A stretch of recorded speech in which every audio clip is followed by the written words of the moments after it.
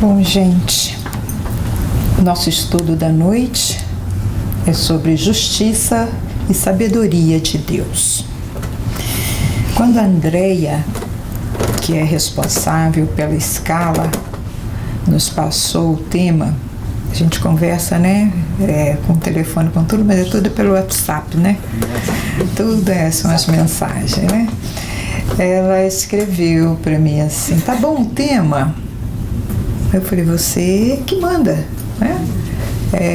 O que a espiritualidade te inspirar é o que eu preciso aprender. Então ela passou o tema e falou comigo assim: Charinha, toca os corações. Fazendo os estudos, eu pensei: quem sou eu para tocar corações? Quem sou eu para fazer isso? Mas dentro do estudo, desenvolvendo, estudando, e a gente vai se encantando com o estudo, te vê que tocar coração mesmo, somente a sabedoria de Deus. Através da sabedoria de Deus toca os nossos corações. E sabedoria de Deus, a gente é só abrir a janela, é só abrir os olhos, que a gente encontra a sabedoria dele em tudo quanto é lugar, nos mínimos detalhes. E ela está dentro do coração de cada um de nós. Então, falar da sabedoria de Deus, não tem muito o que falar, basta enxergar, basta ver com os olhos do coração, que a gente consegue saber da sabedoria de Deus. Agora, não é fácil, não é tarefa fácil falar e trabalhar o conceito da justiça. Este sim é um trabalho e é difícil se falar de justiça. Por quê? Quando nós... Deixa eu ver se eu mudo aqui. Estou na setinha. Mas a setinha não vai. Ela é rebelde. Vamos lá. Onde que ela está?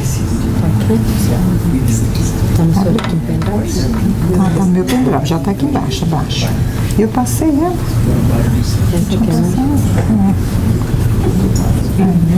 Não abriu. Ok, beleza. Santa Rob. Pois é, não tem Marcelo, mas tem Rob. Beleza. Mas então, quando nós estamos falando que não é fácil falar deste tema, deste conceito justiça. E quando a gente vê, ouve, lê a palavra justiça, o que a gente pensa em primeira mão? Justiça. O que vem à cabeça? Não. Justificação. Geralmente, quando a gente ouve, vamos para pensar, quando a gente ouve a palavra justiça, a gente vê a primeira coisa que a gente pensa num julgamento. A prisão. Lei. Justiça, a gente pensa assim, a igualdade, direito, cobrança. Então, realmente, falar de justiça não é fácil. Porque como que nós vamos falar de direitos? Como é que nós vamos falar de julgamento? Quem é que tem poder de julgar algo? Somente Deus. Bom, mas aí nós resolvemos buscar, dentro deste conceito todo de direitos, leis, deveres, o significado de justiça. E aí nós achamos o significado de justiça está na categoria direitos. base de uma legislação que, por sua vez, formada por um conjunto de leis. Então, mostrando, não sou da área jurídica, mas mostrando que dentro de um conjunto de leis é que se baseia a justiça. Mas nós ficamos pensando, vamos falar de justiça. Se nós formos falar de justiça, vamos falar de justiça da onde? Vamos parar e vamos falar então sobre a justiça dos países islâmicos. Mas para nós falarmos da justiça do país islâmico, porque a justiça, ela tem vários fatores, ela tem várias questões. Porque nós vivemos, antes de falarmos dela, nós vivemos sobre 2 tipos de justiça. Quais são? As dos homens e as de Deus. 2 tipos de justiça. E quando nós falamos de justiça, se formos falar, como comentamos, vamos falar do países islâmicos, da justiça, nós temos que buscar vários fatores para falarmos de uma justiça. Se formos falar dos países islâmicos, nós temos que falar, bem, ok, vamos falar do país islâmico, mas para falarmos da justiça do país islâmico, nós temos um outro fator aí. Nós vamos ter que saber se vamos falar da justiça que envolve o gênero feminino ou o gênero masculino. Porque são justiças diferentes dentro do mesmo país. Certo? Não. Então não vamos falar do islâmico porque é muito complicado. Vamos falar do Brasil, que também não é tão fácil assim. Mas vamos lá. Se nós formos falar da justiça no Brasil, nós também temos outros fatores que temos que considerar para falarmos da justiça. Vai ser uma justiça corrupta ou não corrupta? Com favores ou sem favores? Que serve ao pobre com a mesma igualdade do rico? Dá para falar? Não, então não vamos falar da justiça brasileira. Do Brasil, não. Então nós vamos falar da justiça dos Estados Unidos, que aqui funciona. Certo? Não. Mais ou menos. Há controvérsias? Mas vamos falar da justiça dos Estados Unidos. Mas se falarmos da justiça dos Estados Unidos, nós também temos uns outros fatores. Temos que falar, temos que saber de que estado nós vamos falar. Porque, por serem países, serem estados independentes, cada um tem as suas leis. Por quê? O que é justiça? É um conjunto de leis. Então, a justiça de um estado, dentro do conjunto daquela lei, pode não ser do outro. Então, nós vemos aí que a justiça, a nível dos homens, ela tem várias ramificações, ela tem vários fatores. Então não é fácil falar de justiça na língua dos homens. Haja visto que, como que posso eu falar de justiça? Será que eu sou justo o suficiente para isso? Apesar que, deixa eu ver aqui. Na justiça dos homens, nas leis humanas feitas por homens, nós temos que as leis humanas são elaboradas por legisladores habilitados neste mistério. Eles são habilitados nesse mistério. Ok, a nível dos homens. Mas ainda assim, homens imperfeitos, do ponto de vista dos princípios da moral e da razão. Então, as leis dos homens, ela é constituída de acordo com o seu princípio moral e da sua razão. Por isso, essas diferenças todas. Porque vivemos num mundo de provas e expiações e não existe neste mundo ninguém idêntico a nível moral e espiritual. Estamos aqui nesta sala e não temos aqui ninguém, pode ter até os gêmeos univitelinos, que mesmo assim, o físico é igual, mas o nível espiritual não. Então, as leis constituídas pelos homens imperfeitos, sofrem, portanto, periódicas modificações e adaptações à medida que a humanidade progride e adquire maior discernimento, senso de justiça e equilíbrio no que se refere à vida em sociedade. Então, por isso que as leis mudam. Essa diversidade das leis para um país, para um estado, não quer dizer que um estado seja mais evoluído ou menos evoluído, como a gente fala do Islã. Nossa, que absurdo! A questão da mulher lá, como é tratada. Mas tudo tem o seu porquê diante da sabedoria de Deus. Não nascemos, ou vamos nascer uma mulher num país desse. Foi descuido. Errou o caminho. Bateu na porta errada. Não. Dentro da sabedoria e da justiça e sabedoria de Deus, há o porquê. Ali está, dentro daquelas leis dos homens, que apesar de imperfeita, ainda se enquadra para a serventia da justiça de Deus. Bom, então a lei dos homens, ela é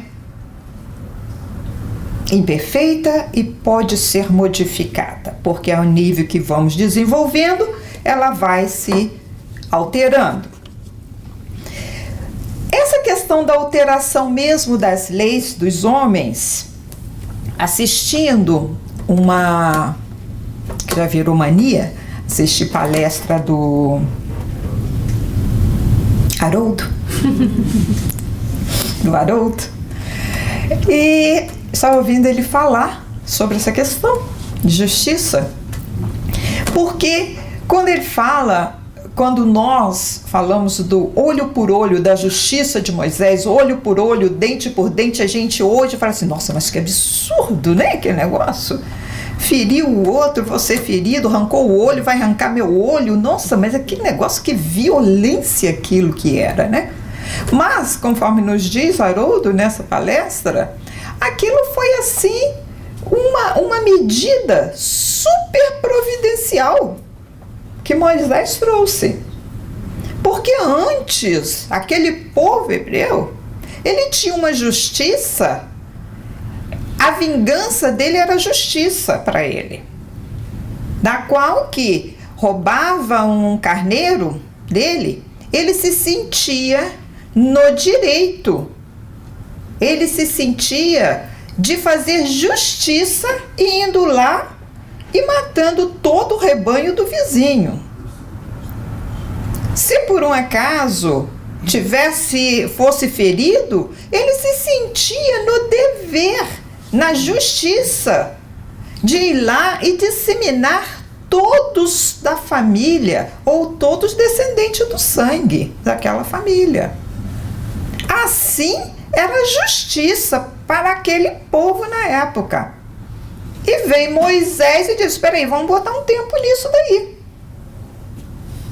Agora vai ser elas por elas. Cortou a orelha, arrancou a orelha do outro, você vai perder a sua orelha. Não vai tirar a cabeça mais do outro, é só a orelha. A cabeça da família inteira. Feriu, então colocou-se um senso de medida, que ao mesmo tempo veio também preparando a vinda de Jesus com a lei de amor. Porque aí passou-se a se respeitar o outro, não pelo amor, mas pelo medo, pela dor. Não faço o outro porque senão vão fazer comigo. Então eu respeito. Jesus já veio trazendo uma outra lei, mostrando a lei de amor. Não vou fazer porque eu amo. Já veio com outra questão. Mas nós falamos das leis de o olho por olho, dente por dente, e nós nos horrorizamos, mas a gente ainda vê que hoje em dia ainda tem isso. A gente não vê ninguém mais arrancar o olho de um outro, nem orelha, nem isso, mas a gente vê aquela questão de dizer assim, olha, a minha educação depende da educação do outro. É um olho por olho disfarçado ou não é? Se a reação da minha educação, a minha educação vai depender do tipo da educação do outro, é um olho por olho, quer dizer que se ele me trata bem, eu trato bem, se ele me trata mal, eu trato mal. É um olho por olho ou não é um olho por olho? Aquela questão do que diz assim, não, olha, comigo é assim, eu não levo desaforo para casa. Deu, levou. É o olho por olho, é o dente por dente. Não levo desaforo para casa, mas eu levo desequilíbrio. Então, ficamos no meio. Bom, então vemos isso, que esta lei, a lei dos homens, ela para ser cobrada, ela para ser cumprida, a sua transgressão, para ser cumprida, para ser cobrada, ela depende de um terceiro elemento. Vejamos, estamos dirigindo, cadê o Ronaldo? Tá ali. Estamos dirigindo na Biscayne a 1000 por hora e passamos no sinal vermelho. Porque estou atrasado, eu tenho que ir para o centro, eu tenho aula, né, Ronaldo? E passa no sinal vermelho e tem um guarda. Foi pego. Então, tudo bem, se o senhor, seu guarda, desculpa, erro, não vi, estava em cima, não deu para parar, aquela coisa toda, dá todas as desculpas, vem a multa, pagou a multa, pagou pelo erro, ok? Mas se não tivesse o guarda, passava batido, né? Fui. Então, para que a lei seja cumprida, a lei dos homens, tem que ter um terceiro elemento.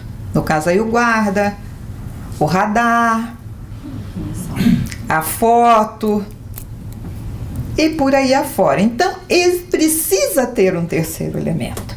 Porque ainda não aprendemos a respeitar as leis dos homens, das quais nós lemos, nós sabemos, nós vemos.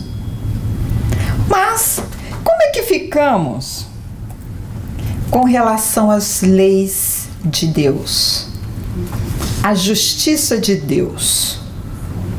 Como que ficamos sobre as leis divinas?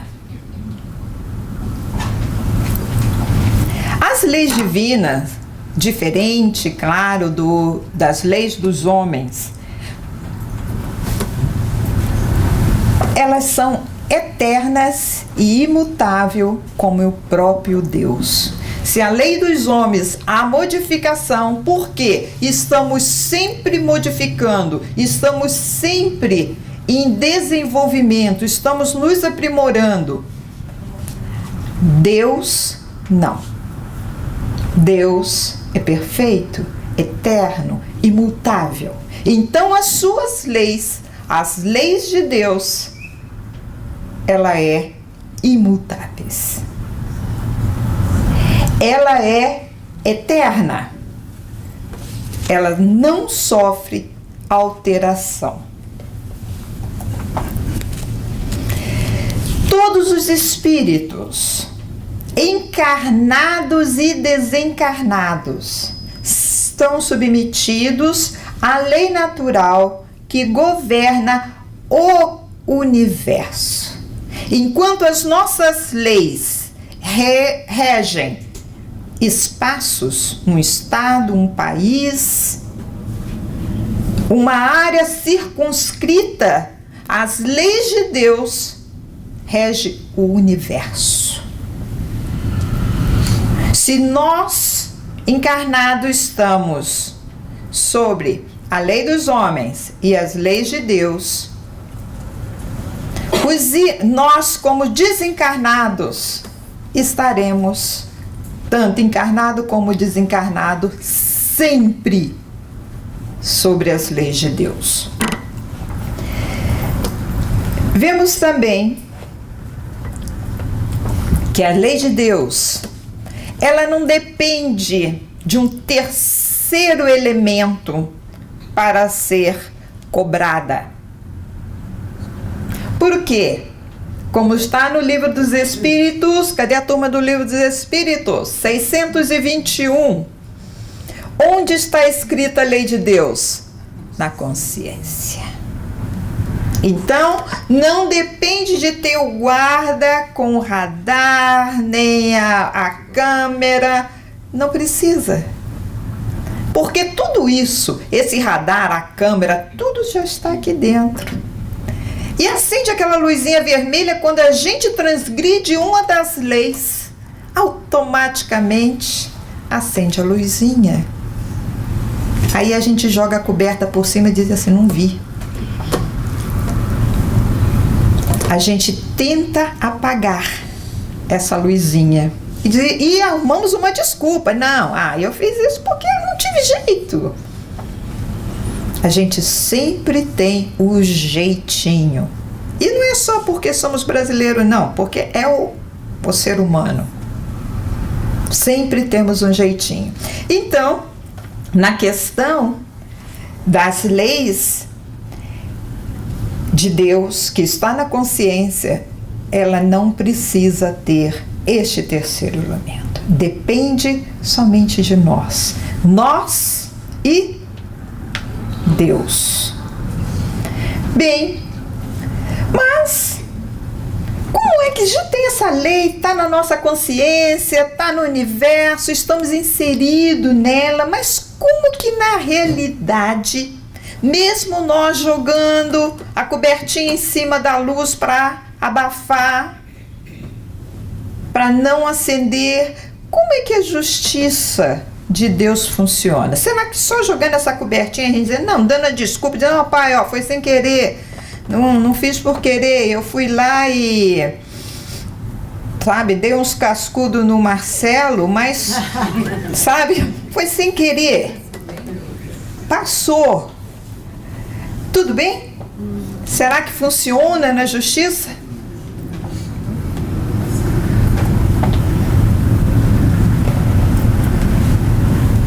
Como ela funciona? Já pararam para pensar?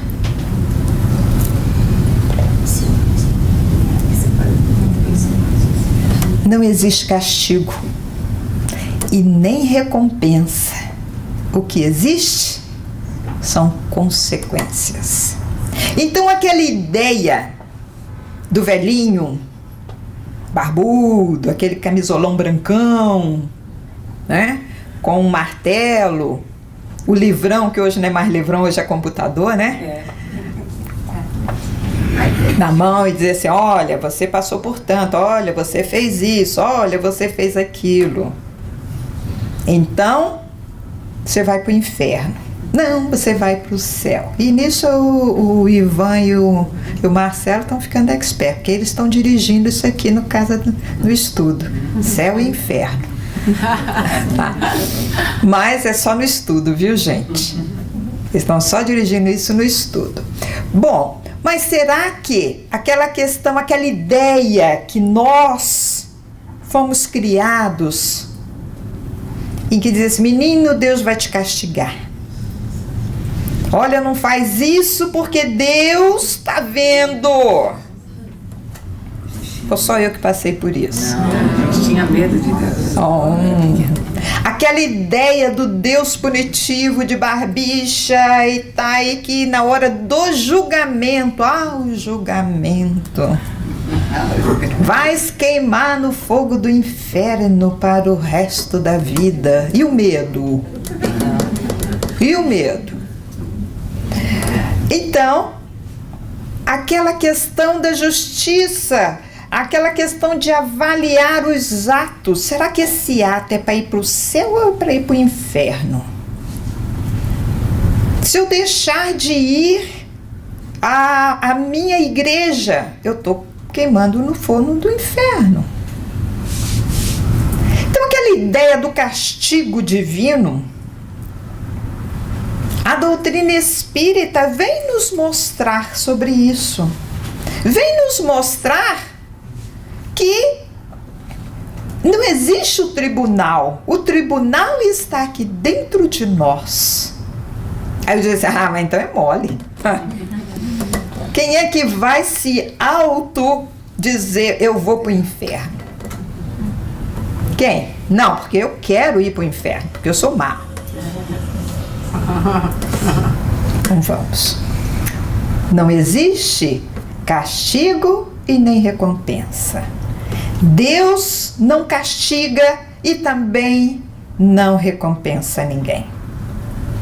As leis que transgredimos, o tribunal da justiça que existe dentro de nós, somente irá avaliar e nós mesmos veremos as consequências dos nossos atos. Então,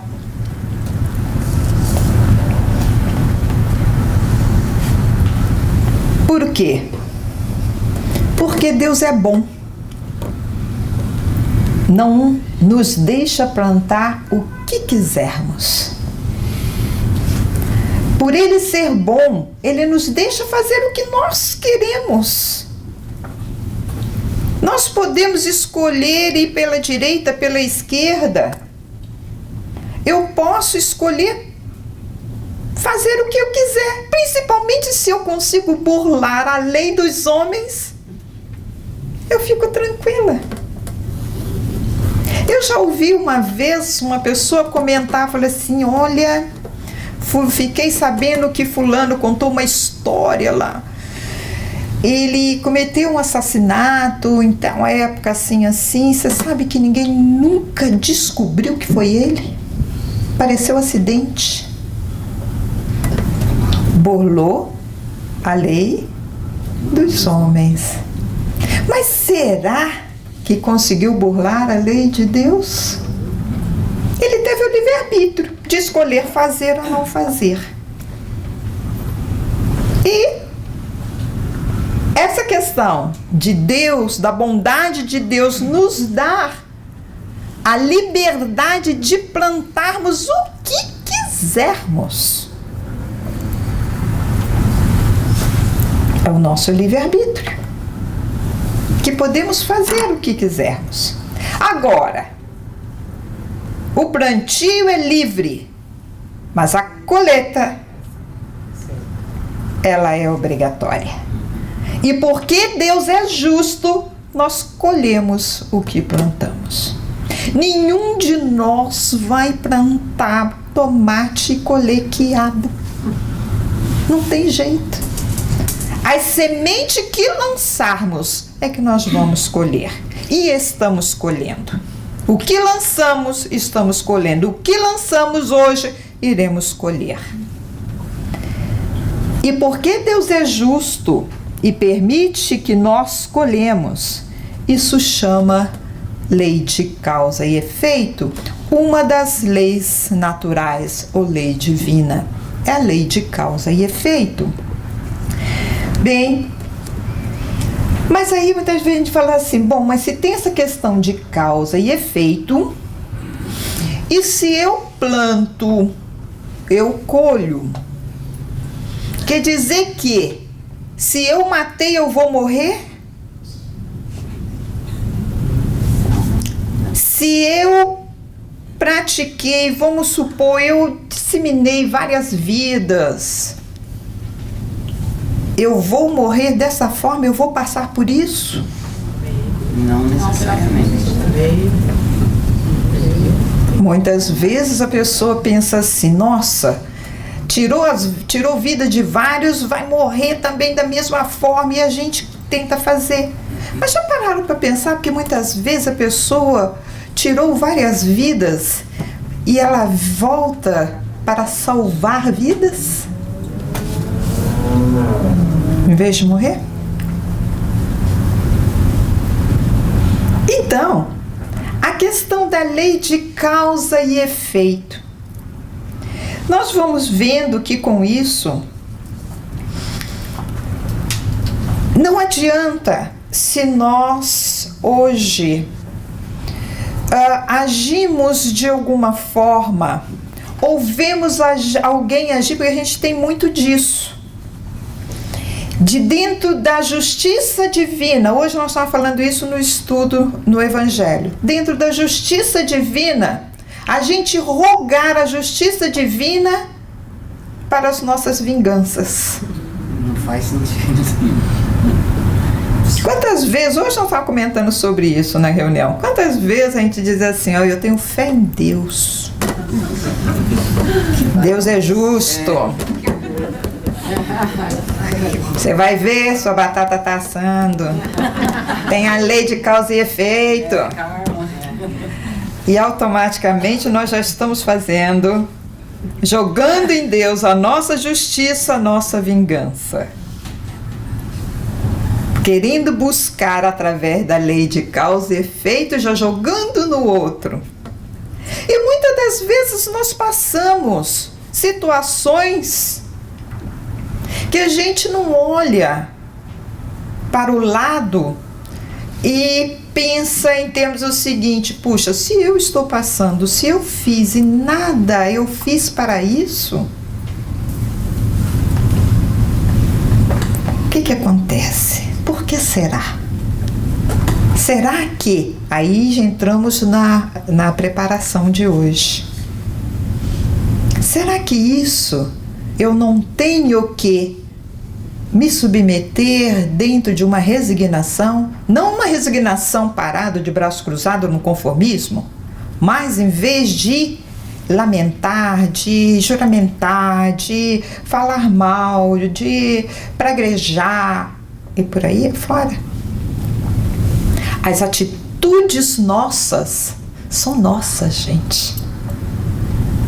Ao desencarnarmos, ninguém vai perguntar se eu vivo com uma pessoa, se uma pessoa me fez algo e eu retribuo aquele mal. Não me será perguntado na minha consciência íntima, exemplo, o que o Marcelo fez, Jara, para você fazer aquilo? Não. Vai me perguntar o que eu, Jara, fiz. Como que eu agi dentro daquela situação naquele momento. A ação do Marcelo é total, 100% responsabilidade dele. A minha responsabilidade diante da ação do Marcelo é da qual eu sou responsável. E é pela qual eu vou estar enquadrada na lei de causa e efeito. Não tem isso de dizer, olha, mas sabe, eu fiz porque aí ele me fez fazer aquilo. Não. Não. Somos inseridos na lei de causa e efeito das nossas ações e não da ação do outro. Bom, mas como é então que esta lei de causa e efeito, esse livre-arbítrio, usado o livre-arbítrio, e dentro da lei de causa e efeito, como é que entra a justiça de Deus? Como é que a gente refaz esta parte? Como? Na reencarnação, que é a oportunidade divina, que a justiça, a sabedoria, a misericórdia divina nos oferece. A reencarnação é a oportunidade de refazermos a lição. É a oportunidade de eu agora poder me refazer com o Marcelo, poder me refazer com a Carla, poder me refazer com aquele filho difícil, com aquele marido complicado, com aqueles pais que hoje me traz alguns probleminhas. É a oportunidade, porque ninguém passa no caminho do outro por um acaso. Não estamos na família errada. Como nos diz Marcelinho, tudo está certo. Muitas vezes não achamos, sobre os nossos olhos, não. Porque não era esse pai que eu queria, porque não era essa mãe que eu queria. Nasci na família errada. Pelo meu ponto de vista. Mas pela misericórdia de Deus é aquilo que eu preciso. É aquela situação. É aquele teste. Na escola, normalmente, quando nós estamos estudando, aprendemos uma lição. Passamos um mês inteiro estudando uma matéria. O que o professor faz no final? Vamos passar pelo teste para ver se você aprendeu. Correto? Assim é a vida. Assim é a oportunidade do aprendizado. Aí eu digo, não. Manda ele, manda lá o Mané, vou estar junto com ele ali, ó, ferro e fogo. Vamos estar casados ali, ó, 60 anos. Mas ele vai beber. Não, tranquilo. Seguro ele ali do jeito. Olha, mas ele vai ser meio violento. Não, deixa comigo. Comigo mesmo. Lá em cima. Pronta para a lição? Tô pronta para a lição. Aí a gente desce. É outra história. A gente desce e encontra ele, bonitinho, simpático bichinho. O papai e a mamãe dizem assim, não serve pra você. Eu falei, não, mas eu quero. É ele o homem da minha vida. Ou é a princesa da minha vida, é a mulher que vai me fazer feliz.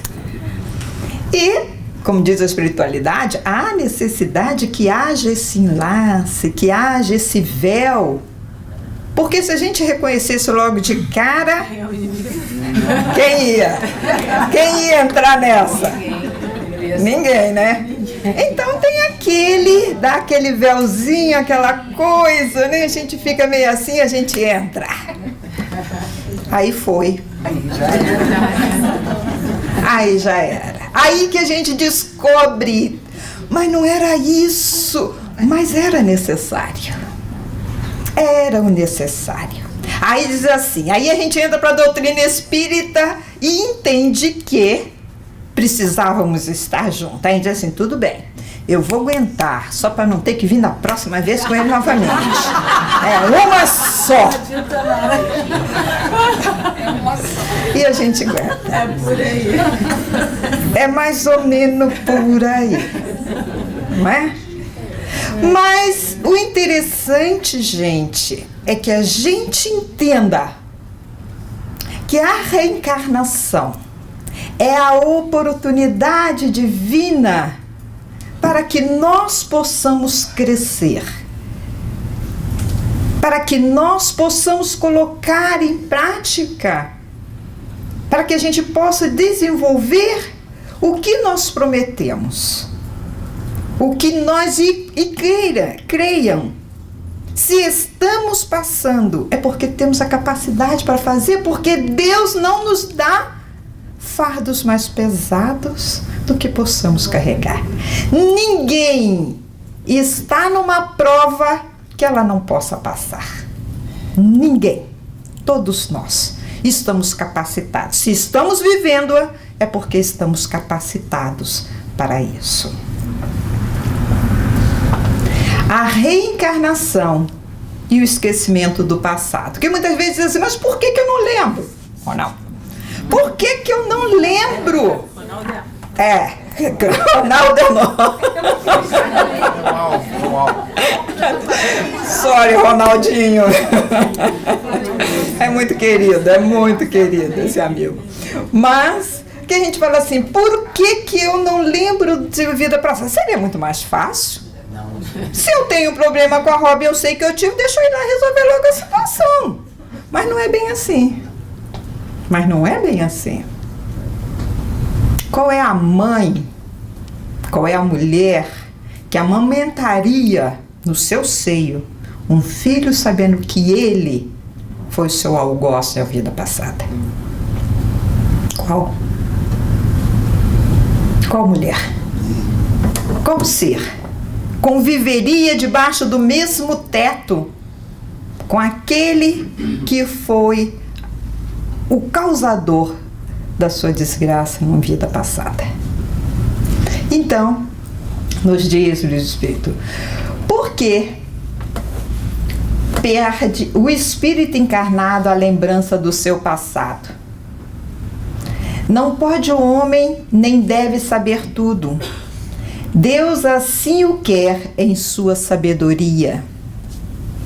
Sem o véu que lhe oculta certas coisas, ficaria ofuscado, como quem, sem transição, saísse do escuro para o claro. Esquecido do seu passado, ele é mais senhor de si. Livro dos Espíritos, pergunta 1010.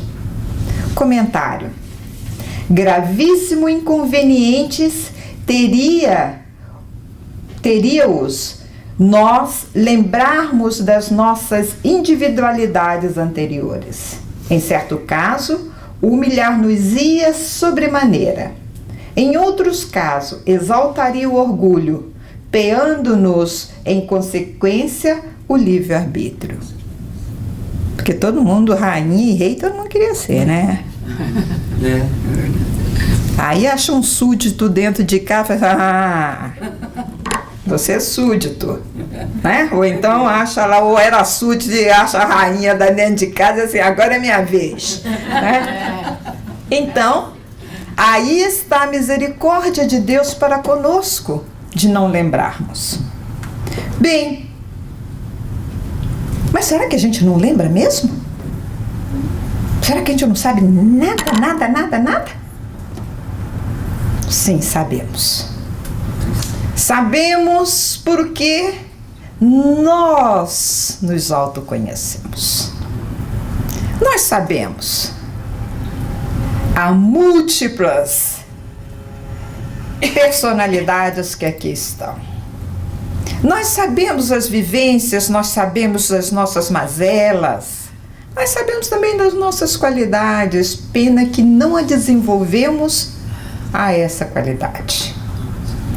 Sobre questão de reencarnação, muitas vezes, né, a gente fica assim, mas a gente fica abismado quando a gente vê casos que se descobrem, que se revelam de, porque esse espírito viveu em tal época, porque foi reencarnação de fulano, Bezerra foi reencarnação de não sei quem. A gente fica, uau, né?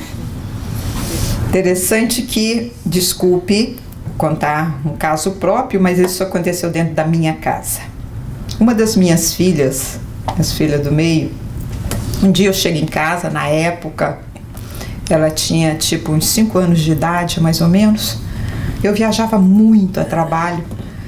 Mas eu chego em casa e ela tá chorando no sofá, mas assim, chorando de soluçar, sabe? Quando a criança chora, chorando, tá? E eu cheguei e falei, minha filha, pois só tinha as duas na época, ainda não tinha a minha caçula.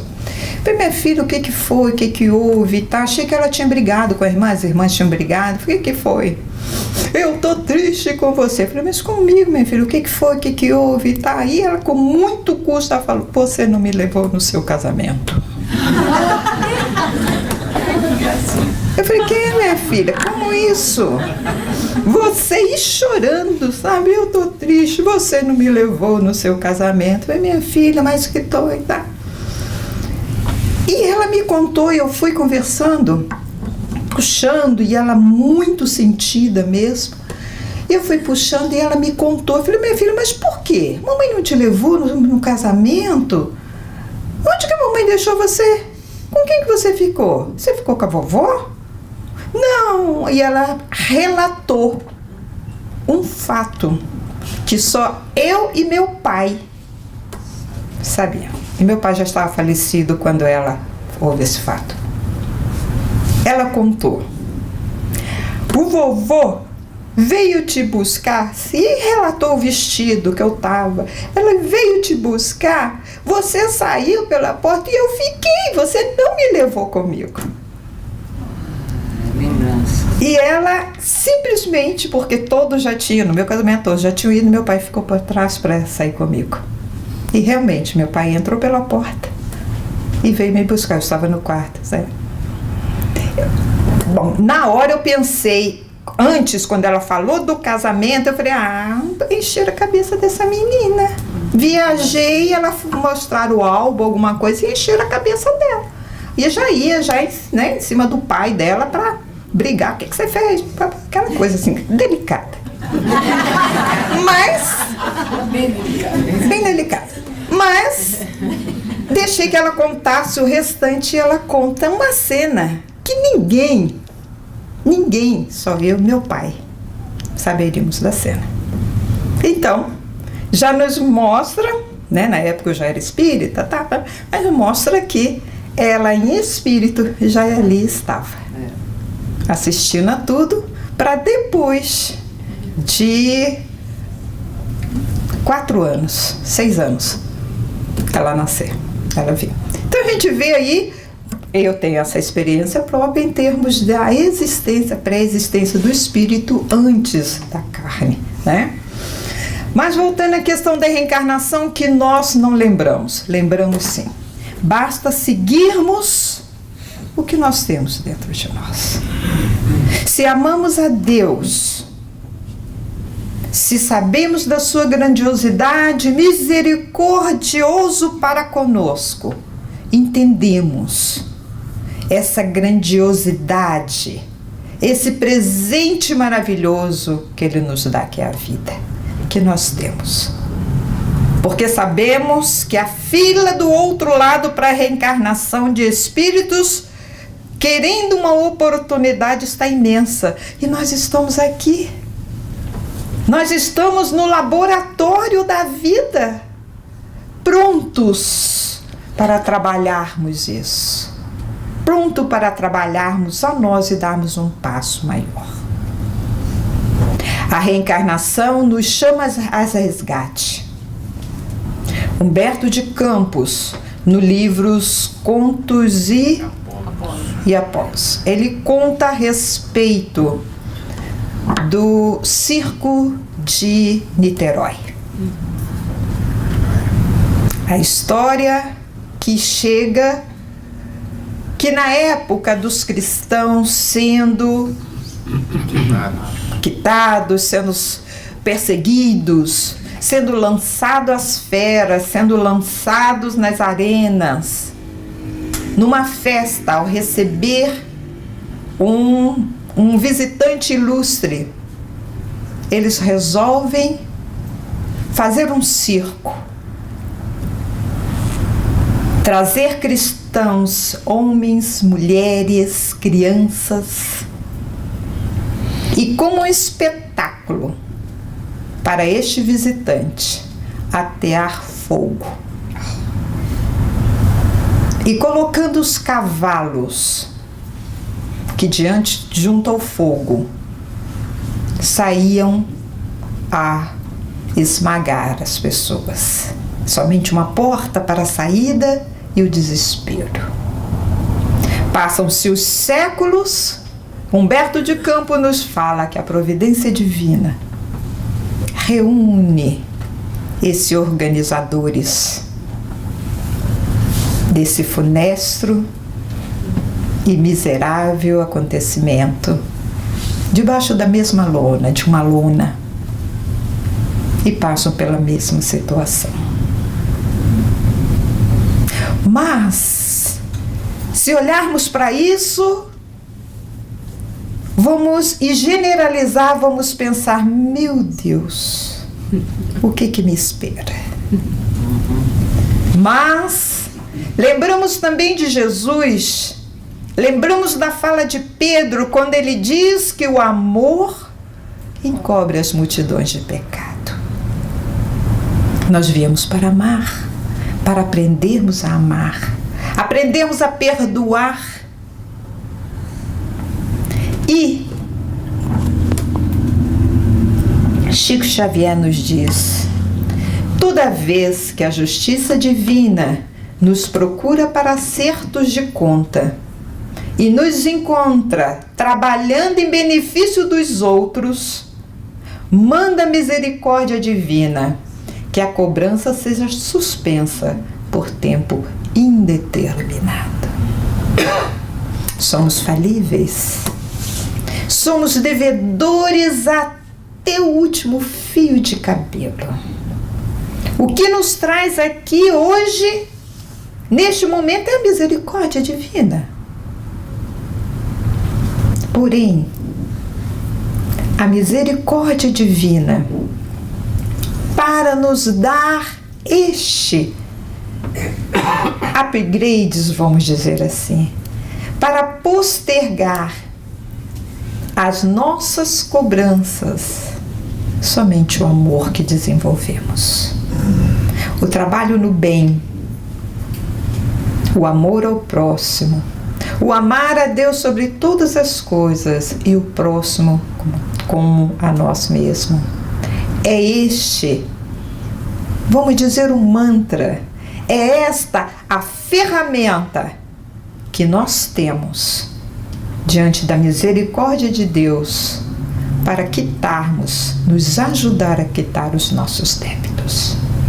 Justiça divina, misericórdia divina, bondade divina, tudo isso nós temos.